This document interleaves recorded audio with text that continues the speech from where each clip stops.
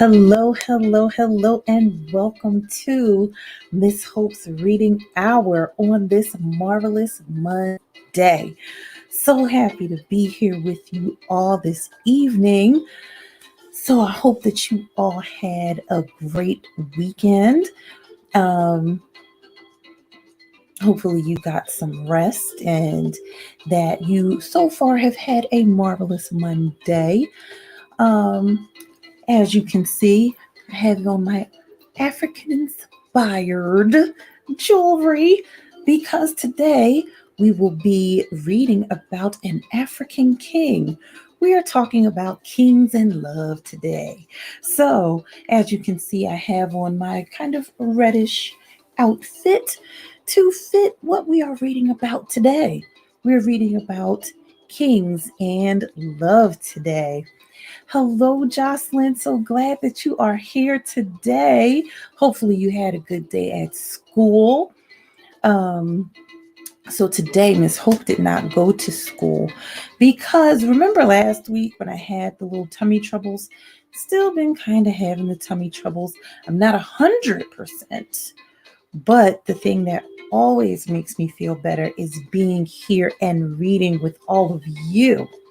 Okay, now just to let you know, today is a little different because we do not yet have a chapter book to start. So, last week, oh my goodness, it was monumental. Okay, the end of Who Stole New Year's Eve. If you didn't see it, you gotta go back on Facebook or Instagram. Um, you gotta go back on Facebook, on Instagram, or on um, YouTube and watch it. Oh my goodness. It was monumental. So many things happened. So many things were revealed. You got to go back and watch Friday's broadcast on Facebook, Instagram, YouTube, Facebook, YouTube, Periscope, or on Instagram. It's going to be in two shots because unfortunately on Instagram you can't post things that are over an hour. So we did go a little over, but oh my goodness, it was monumental. It was so good. We found out so many things and the reasons why. Remember, they talked about the motive, the means, and the opportunity. Oh, goodness. We found out all of it. So, I do have two chapter books that I will present to you today, and we will take it to a vote. We will take it to a vote. So our chapter book, our new chapter book will not start this week. It will start on March the 1st. So all of you who view Miss Hope's Reading Hour, I need you to vote. I need you to vote on our new chapter book. And we have two good ones. One of them you've seen before, and one of them you have not, because one of them was a choice in a vote before.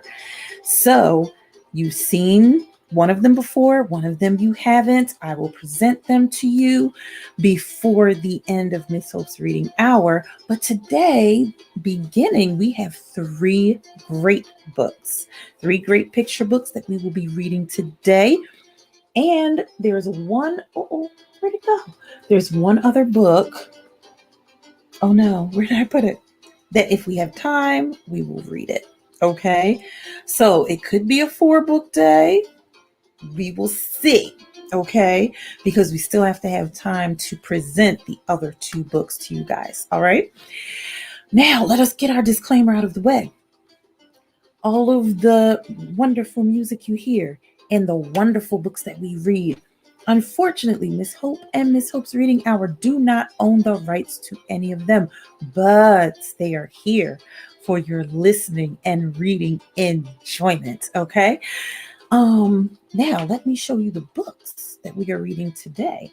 And all of these books, except for the 2 chapter books, are a part of our last 2 shipments.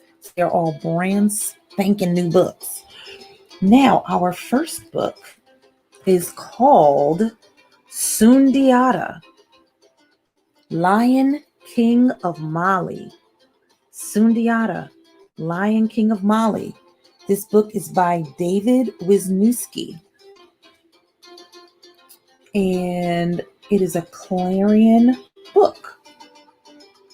Sundiata, Lion King of Mali. That's our first book. Then our next book is Jana and the Kings. This book is by Patricia Smith, illustrated by Aaron Boyd. And look at here, one of those fair medals that we talk about for literature, that you don't have to wait to be an adult to write a book that could get a medal. Okay? So, Jana and the Kings by Patricia Smith, illustrated by Aaron Boyd. Once we get to this book, I'll let you know who the publisher is. And our third book is called Visiting Day. This book is by Jacqueline Woodson, illustrated by James E. Ransom. And this is a Puffin Penguin Books book. All right, my friends. Now, I'm not going to tell you what the fourth book is because we got to see if we got time for it, okay?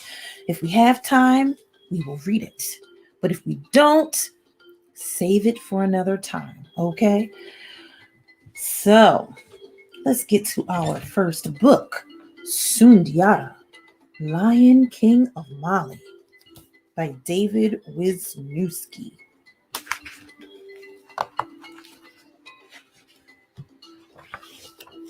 Wow, look at this picture. Flag, isn't that awesome? There's great pictures in this book too. Yep, it's a Clarion Books book.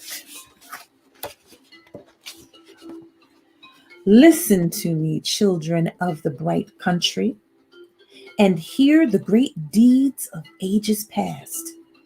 The words I speak are those of my father, and his father before him, pure and full of truth. For we are griots. Centuries of law and learning reside within our minds. Thus we serve kings with the wisdom of history, bringing to life the lessons of the past so that the future may flourish. Listen then to the story of Sundiata, the Lion King, who overcame all things to walk with greatness. Look at those awesome pictures.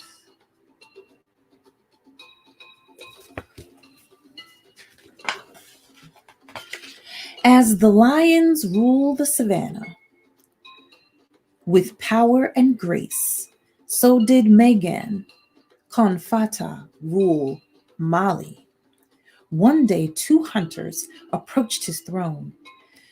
Between them walked a maiden, hunchbacked and ill-favored. King Megan caught his breath, for such a visit had been foretold. Great king, said the hunters, we've come from the land of Do, where a terrible buffalo ravaged the countryside. The countryside. We slew it, and in gratitude, the king of Do bade us bring this damsel to you. Her name is Songolon Kejo.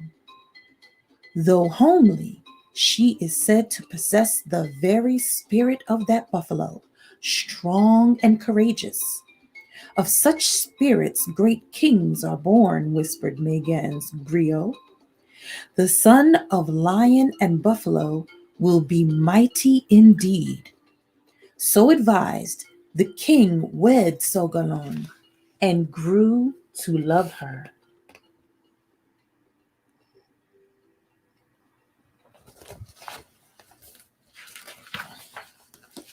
The next year, Songolon gave birth to a boy. All rejoiced except Sasoma Berete, the first wife of the king. Megan already has my fine son as his heir, she muttered bitterly. We need What need has he of another, especially from this hideous woman?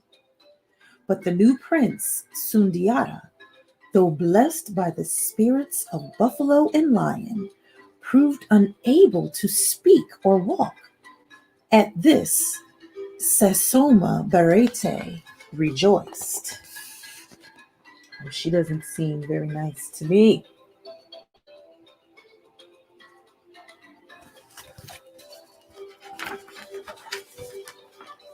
For 7 years, Songalon tried in vain to heal her son with potions and herbs.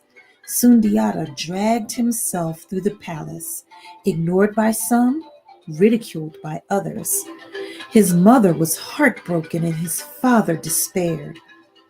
How small the seed from which a great tree springs, counseled the king's griot, and what storms the first sprout indoors.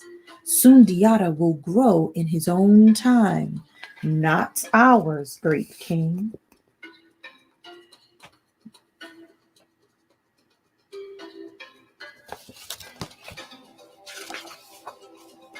The next day, Megan ordered his son brought before him. My time grows short, Sundiata, he said. So now I must present the gift that each king gives his heir. A young man stepped forward. This is Bala Faseke, the king continued. As his father has been my griot, so will he be yours. From him you will learn the history of your ancestors and the laws of this life. May your destiny be fulfilled, my son. Sundiata sat up slowly, motioned Bala Faseke to his side, and spoke his first words. Bala, you are my griot. Megan's doubts disappeared, and he prepared Sundiata to rule.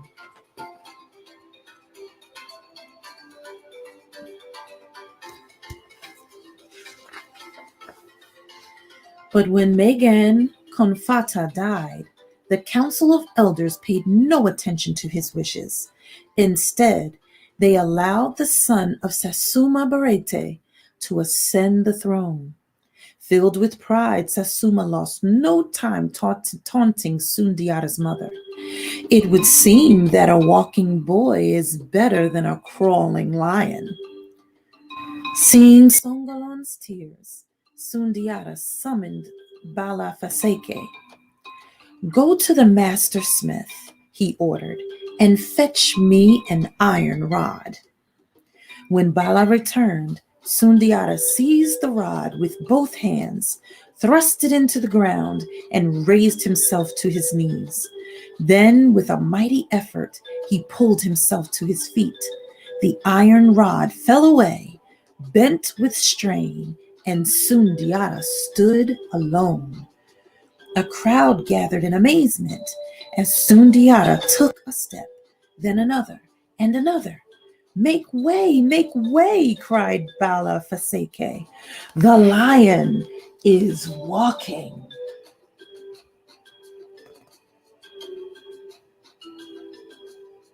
Wow. When Sasuma Barete heard of Sundiata's new strength, she feared he would challenge her son for the throne. Late one night, she called the 9 great witches of Mali to her bedside. You must use your powers to kill Sundiata, she commanded.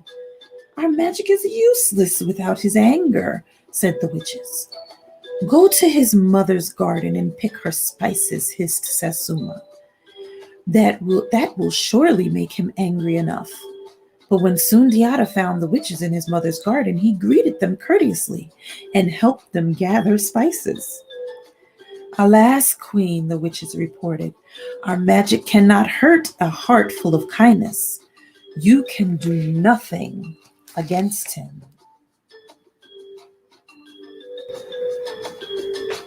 Oh, give me a moment.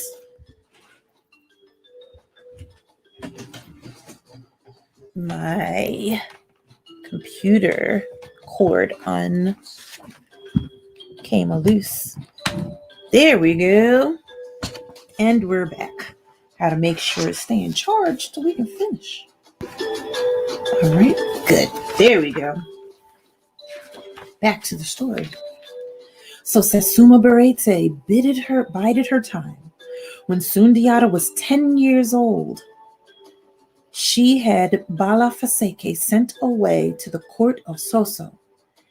This evil land was ruled by Samanguru, a sorcerer king whose huge armies and powerful magic were greatly feared. Impressed by the young griot's skill, Samanguru resolved to keep him in Soso forever. Sundiata was angered and saddened by the loss of his friend, and Songolo's wise words brought new pain. "We must leave Mali," she said, "before our kin fall victim to the queen's hatred. When you are a man, you will return and set things right." Sundiata reluctantly agreed. That evening, Songolon and her children left all that they knew and loved.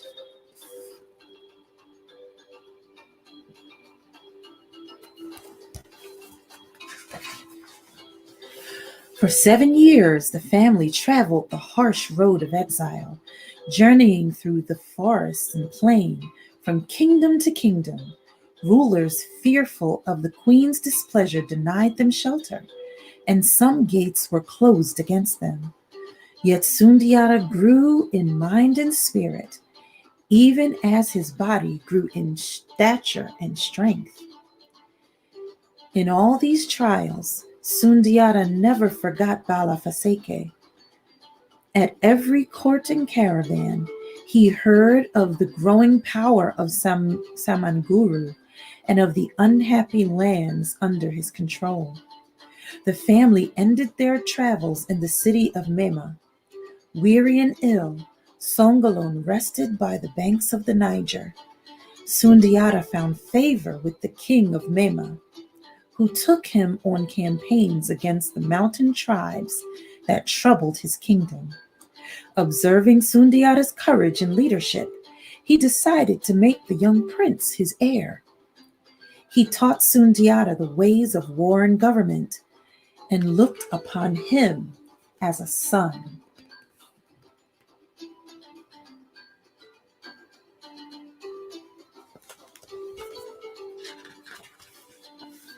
One day, frantic messengers pleaded to speak with Sundiata. "Son of lion and buffalo," they implored, "return to your homeland. Whatever honors you hold in Mema, leave them and deliver your land from fire and sword." "What has happened?" asked Sundiata. "Samanguru has invaded Mali," they said. "The king and his mother have fled. Our people have been to the bush to fight, but they are leaderless. We have consulted the seers, and they say that only you can save Mali. The throne of your father awaits you." The moment has come, my son," whispered Songolon. "Your destiny is about to be fulfilled." Wow.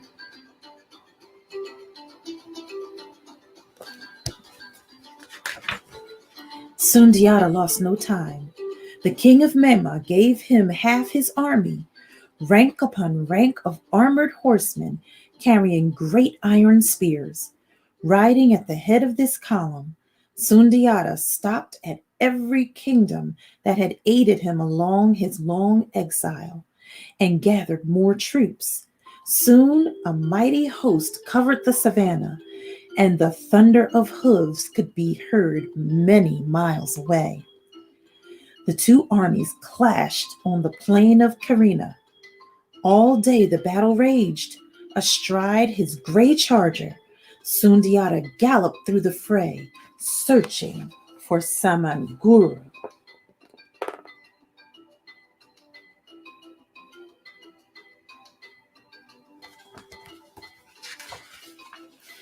Suddenly, Bala Faseke was at Sundiata's side. The two friends embraced. I escaped from the palace and followed Samanguru's army, hoping to find you, said Bala. For these 7 years, I have pretended allegiance to the sorcerer, and I have managed to discover his weakness. He pulled a wooden arrow from his robe. It was tipped with the spur of a white rooster. This is the Tana of Samanguru, Bala continued. The charm he believes will erase his power. The slightest touch will defeat him utterly. Sundiata took the arrow and spurred his horse back into battle. He made his way through the dust and confusion to the hill where the sorcerer stood. Notching the arrow, he drew his mighty bow and let it fly.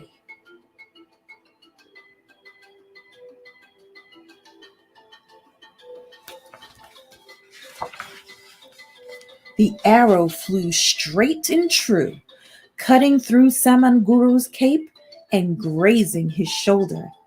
At the sight of the Tana, the sorcerer let out a harsh cry and galloped from the field.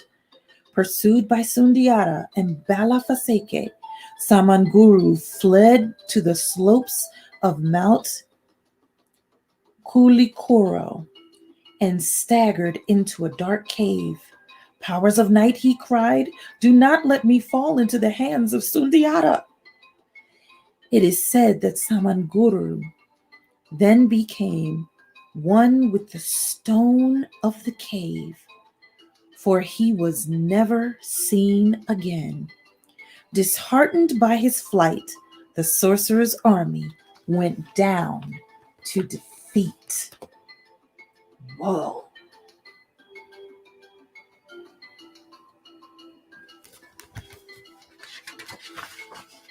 Sundiata returned in glory to Mali.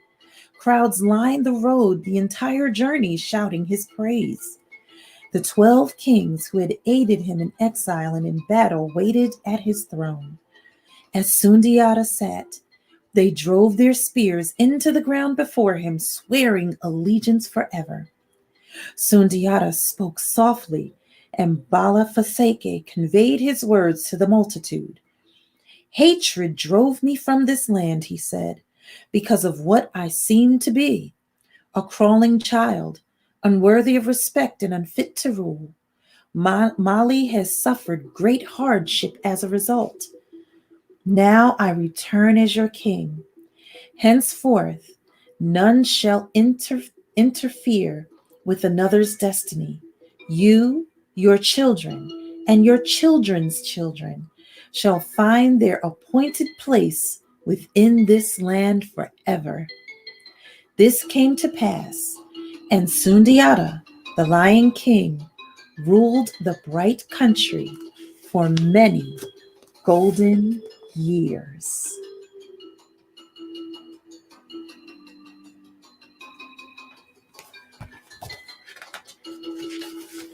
The end. Wow. What an amazing story.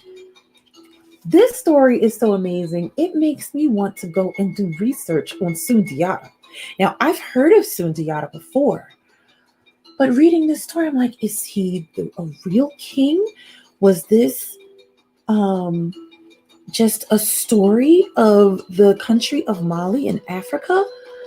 I've got to do research and find out about this Lion King of Mali. This was a great story, and there are many lessons in it. Don't count someone out because of a disability. Now, we read about disabilities on Friday when we read, where's the book? It's right here. When we read about Emmanuel's dream. Don't ever count someone out because of a disability. They can always do great things. We all can do great things. Such an awesome story. Sundiata, Lion King of Mali. Now, let's read about some different kings. Jana and the Kings by Patricia Smith. This is a Lee and Low Books Incorporated book. Let's get the pages. Come on, pages. All right. Here we go. Jana heard Saturday before she saw it. Still in bed, she listened to Mama singing, Rise over the pop of bacon in the skillet. Oh, wait a minute. I meant to change our...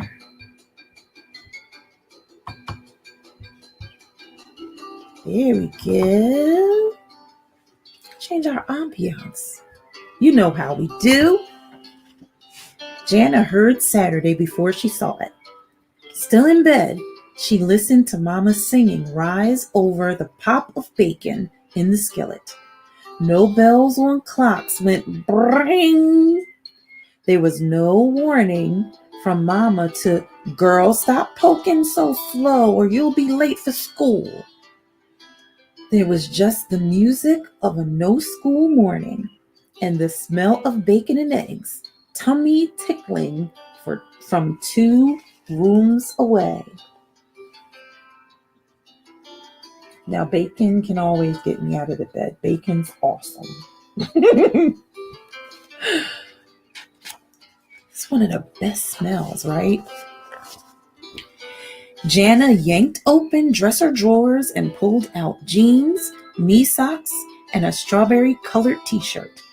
Granddaddy would be knocking on the door any minute, and if she wasn't ready to go, he would settle down in the kitchen with Mama. Then they would start talking about the good old days when Mama jumped double dutch and Granddaddy had all his hair.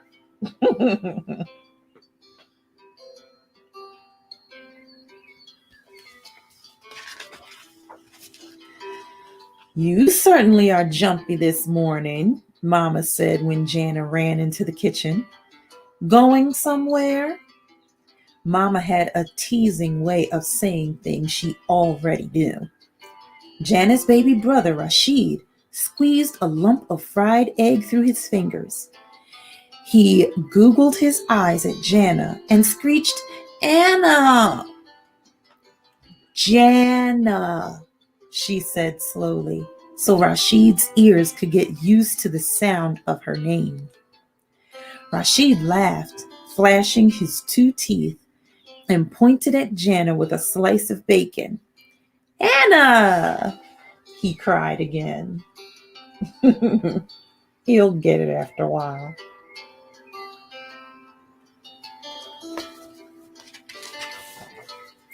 Jana was so excited, she hardly tasted her breakfast. She didn't even squirm when Mama worked the tangles out of her hair and twisted it into 2 neat braids.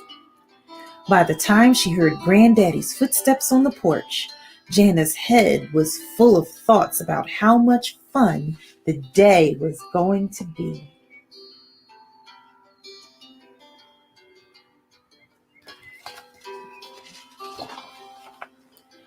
Hey, Princess Sugarlump, Granddaddy said, picking up Jana and whirling her around until the sweet spin made her dizzy.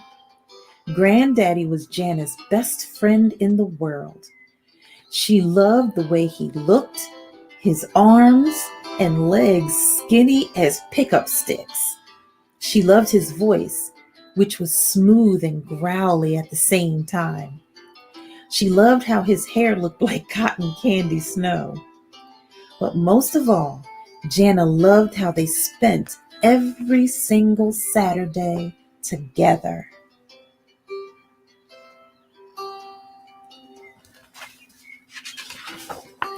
Walking down Madison Street with Granddaddy was like strolling a kingdom with a king. Granddaddy knew everyone, and his real name, Otis, was everywhere in the air. He and Jana joked with the firefighter. They said hello to Mr. and Mrs. Green out for their morning walk. Jana saw Kayla, her second best friend after Granddaddy, and Tater Chip, a dog that belonged to everyone and no one, romped in a rain puddle. Jana bent down to scratch his wet belly. That's a cute name for a dog, Tater Chip.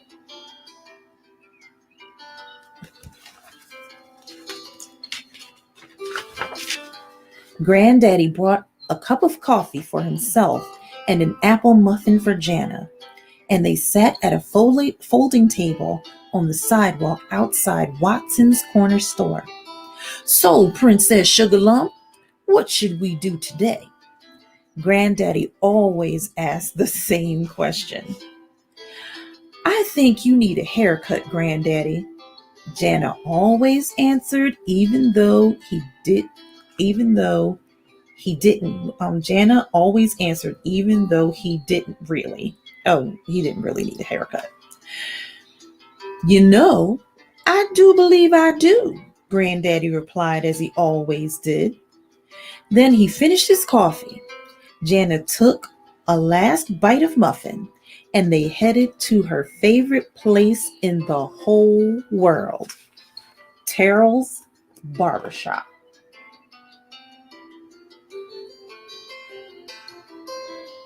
It's interesting that that's a girl's favorite place, the barbershop.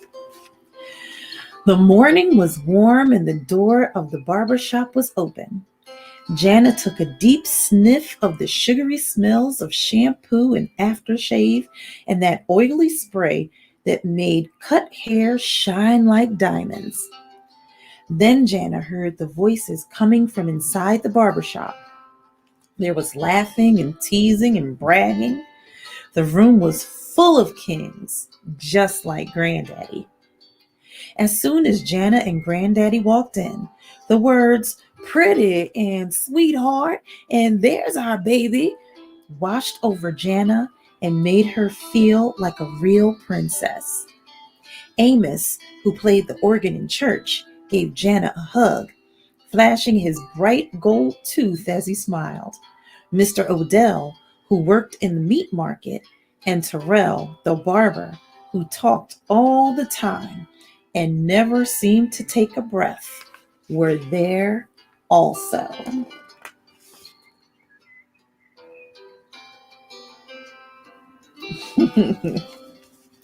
Seems like a lively bunch. Jana's seat was an old kitchen chair beneath a black and white picture of Terrell taken back when the shop was new. The breeze from outside made balls of cut hair dance across the floor, and the three big leather barber chairs looked just like thrones. There was always lots of talking, and no matter what the kings talked about, baseball, the old days, a TV show, they always asked Jana what she thought. Let's see what Princess Sugarlump has to say about that, Mr. Odell would declare. Then they would all stop and listen because, as Granddaddy always said, she was a princess, and everything a princess had to say was important.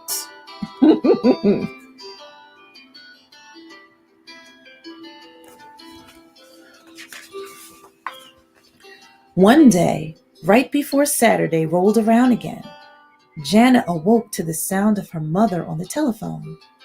Something was wrong. Her voice was too high, and her words came too fast. That made Jana hug her pillow as tightly as she could. When Mama came into her room, Jana couldn't look at her. She just stared at her pillow while Mama hugged her tight and told her that Granddaddy's heart had gone to sleep. The king had left his princess without saying goodbye.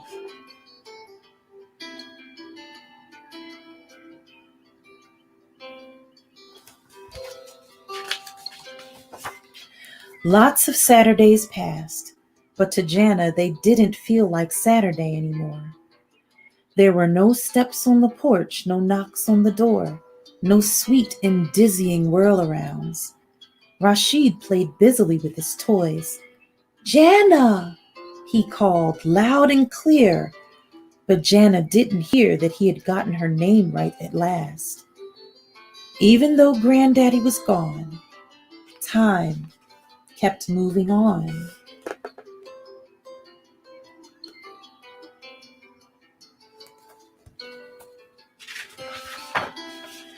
One Saturday morning, Jana began walking down Madison Street the way she had always gone with Granddaddy, just to see if the world missed him as much as she did. She said soft hellos to people she met, and they said soft hellos back. Tater Chip wagged his tail in greeting, but Jana walked by without petting him. She stopped for an apple muffin, but its taste made her lonely. No one asked Jana what she thought they should do today.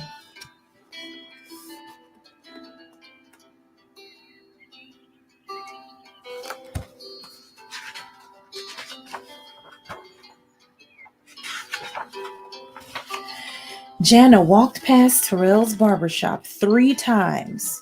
She heard the voices and sniffed the sugary smells, but it didn't feel right to go in without Granddaddy. Too much had changed. She was only a princess when a king held her hand. Jana was sure that she didn't belong in the barbershop anymore. If she went in, the other kings would ask what she wanted, and she wouldn't be able to tell them she wanted her best friend back. She wanted Saturday to sing its old song. Jana walked slowly toward the barbershop once more, but this time she stopped in the doorway. She stared at her feet and kicked the welcome mat with her toe. The voices stopped.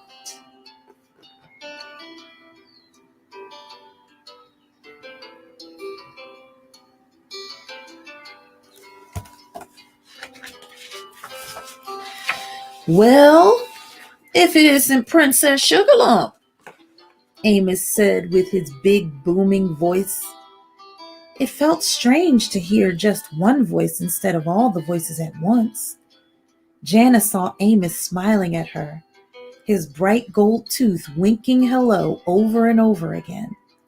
She saw the kings and the deep lines in their faces, lines that grew deeper the harder they smiled. The sun behind Jana seemed to be pushing her into the barbershop. She stepped inside, and it felt like Saturday again. Her chair was still there beneath the old faded picture.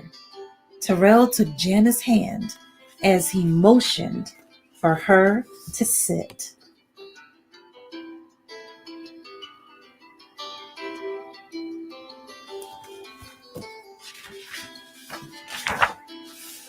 Then all the king's voices reached Jana at once.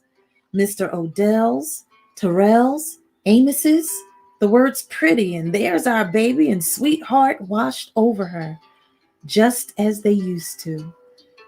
Jana kicked her feet and grinned up at their familiar faces gathered around her. Slowly, she began to feel like a princess again.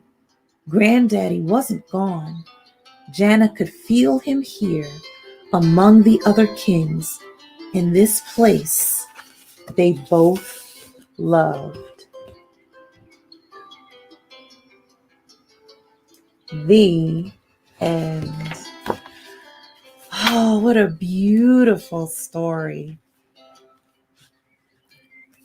about kings.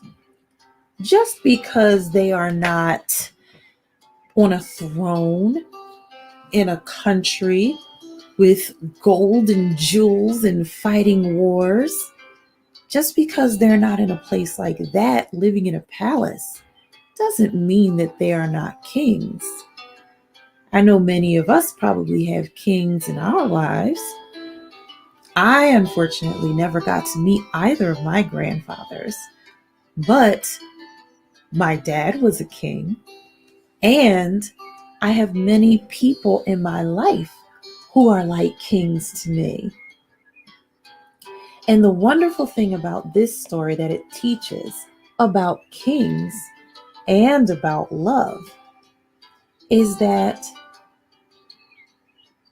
though a loved one may be gone, there are people who knew them and people around you who love you and can make you feel that person near, especially when you're in the places that you both loved. Jana was a very loved granddaughter, and Granddaddy's friends knew that she needed to still feel that love, and they gave her time. They didn't crowd her. They didn't say, "You got to come back to the barber shop." They gave her time. And then when she was ready, they invited her in and gave her that same love that she remembered. That's a lesson for you all today. So for my parent friends, teacher friends, we've had some young ones who've lost people in their lives. And we may not have known those people, but sometimes we give some of the best love that they need in those times when they've lost someone. And even in these times where they've lost their freedom to go outside and their ability to go to school, you can be kings and queens in their lives to help them to realize, you know what, this is going to be temporary. And you're still loved and we still miss you and we can still have fun even though we're not physically with each other. And you can give them that joy. And also, us older young ones,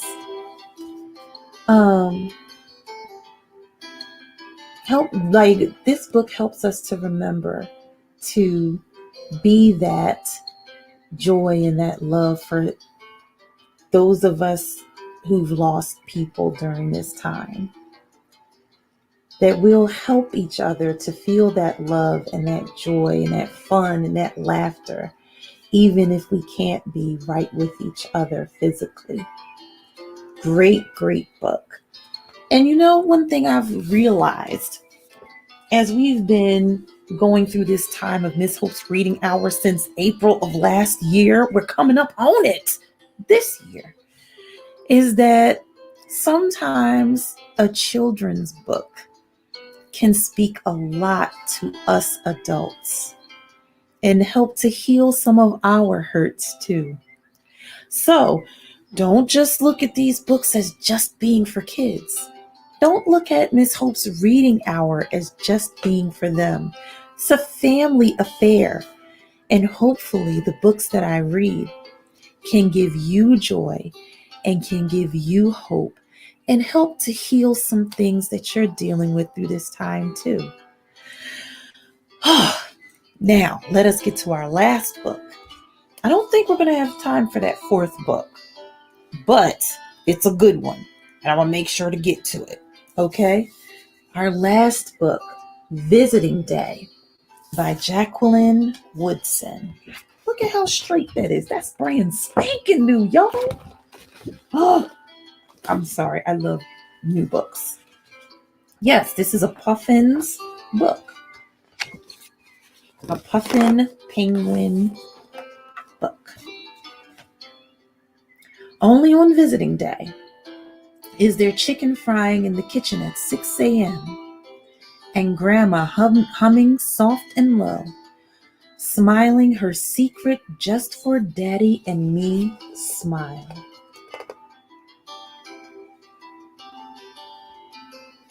All of these books have had awesome pictures. And me lying in bed, smiling my just for Grandma and Daddy smile. Pretty little thing, isn't she?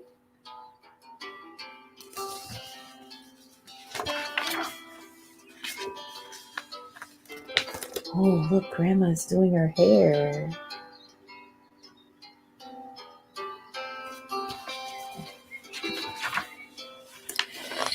And maybe Daddy is already up, brushing his teeth, combing his hair back, saying, "Yeah, that pretty little girl of mine is coming today," with all the men around him looking on jealous like, 'cause they wish they had a little girl of their own coming.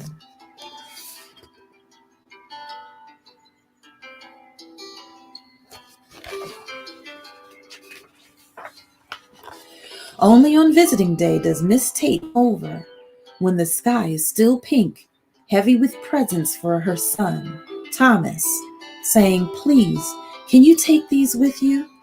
And Grandma taking the presents from Mrs. Tate's arms.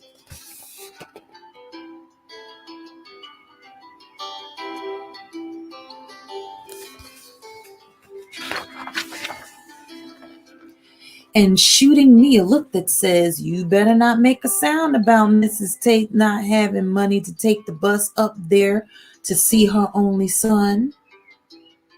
And I sit quiet, respectfully. Look at that face.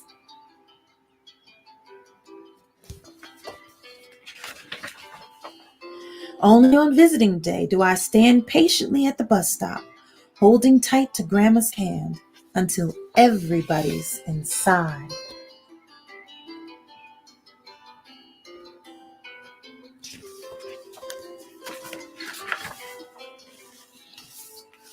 They're getting on the bus. They're boarding.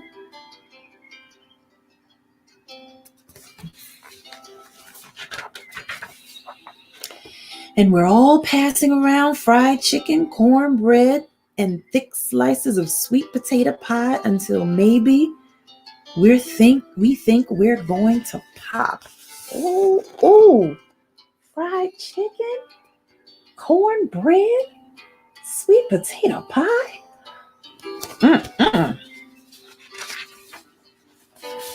But instead, I go to sleep and don't wake up again until the bus pulls up in front of the big old building where, as Grandma puts it, Daddy is doing a little time.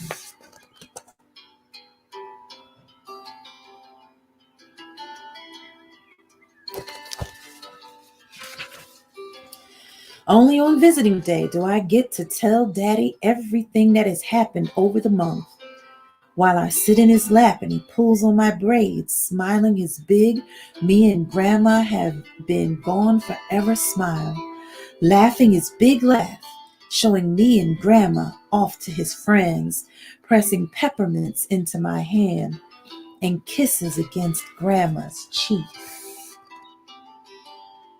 Wrong way.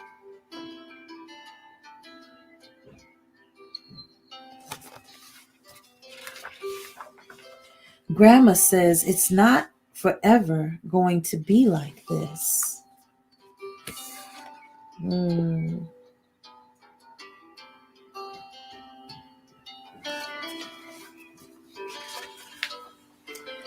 She says one day we'll be able to wake up and have Daddy right there in our house again. And we won't have to take long bus rides once a month and walk home from the bus stop hand in hand, feeling a little sad, already starting to miss Daddy.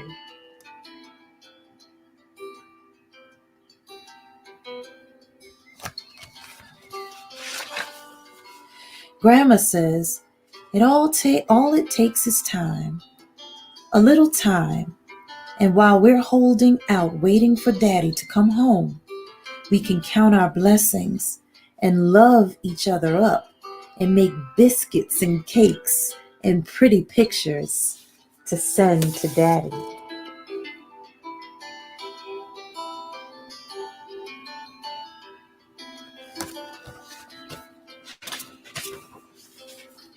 And in the early evening, if it's a little chilly outside, we can sit out back, bundled up in blankets, and make each other laugh as we make big plans for when Daddy comes home again.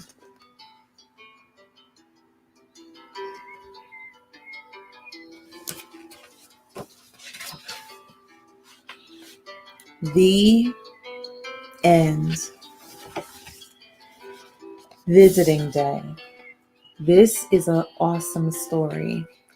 The reason why I picked it, when I was looking for books for this month, I saw this book and I was like, this is important, an important book to read, because there are many children of all races who are dealing with a dad that's in prison.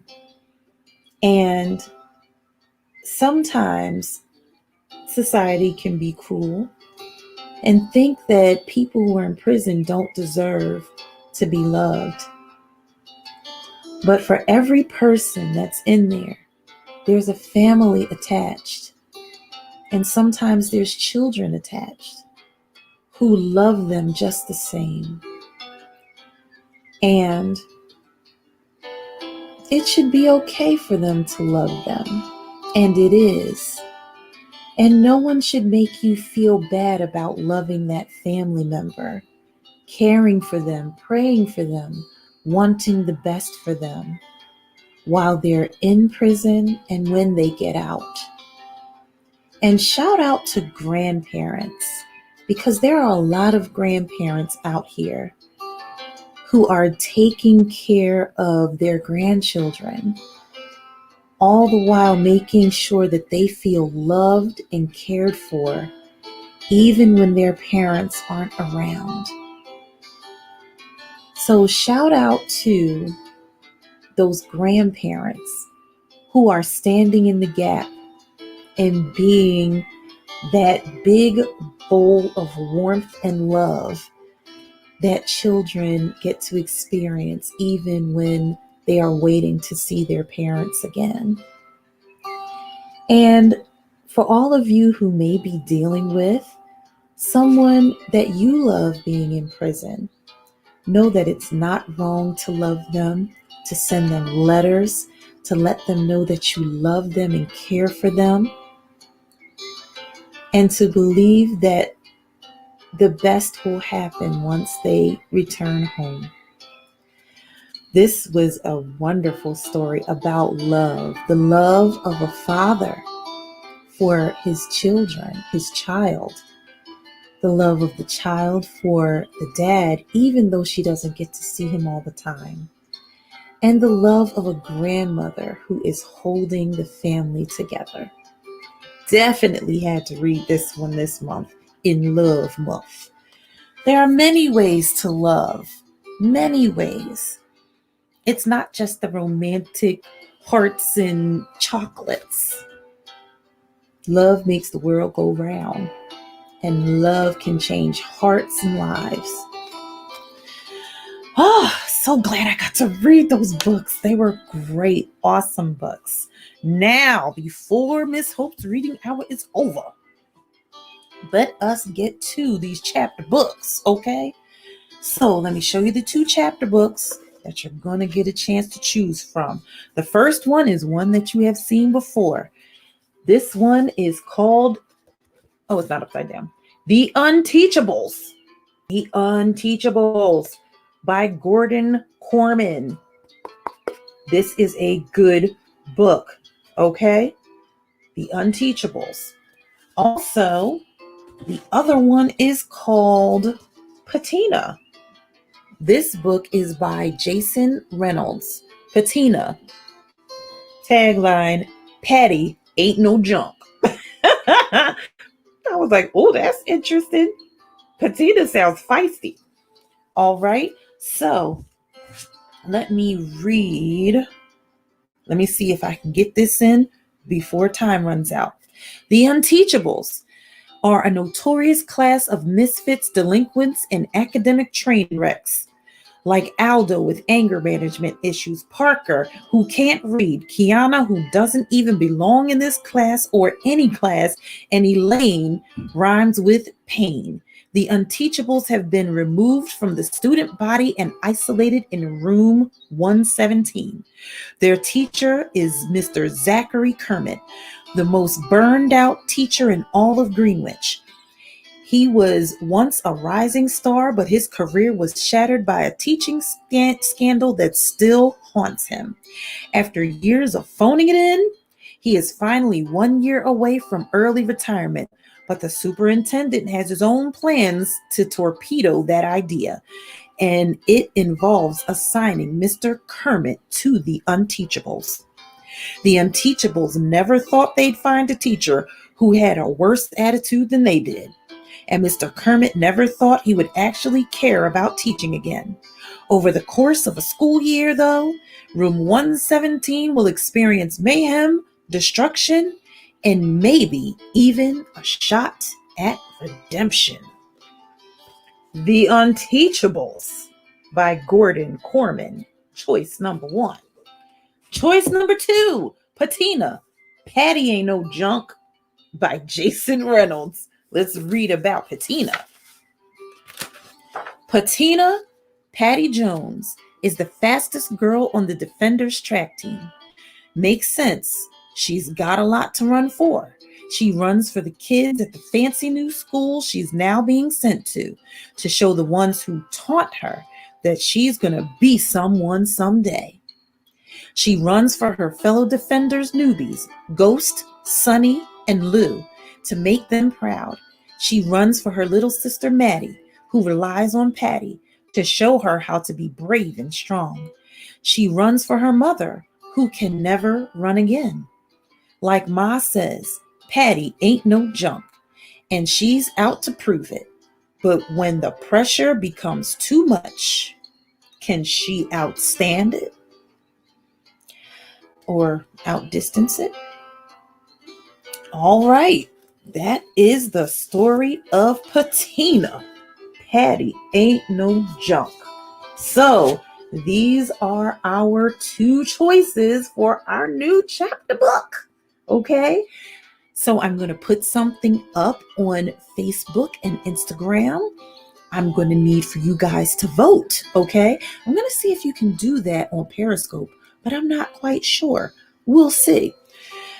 Well, my friends, with all of that being said, thank you so much for being here on this marvelous Monday on Miss Hope's Reading Hour.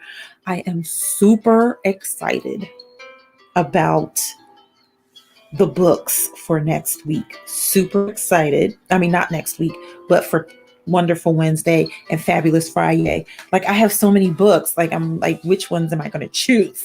Okay. But I look forward to reading them for you all. Okay.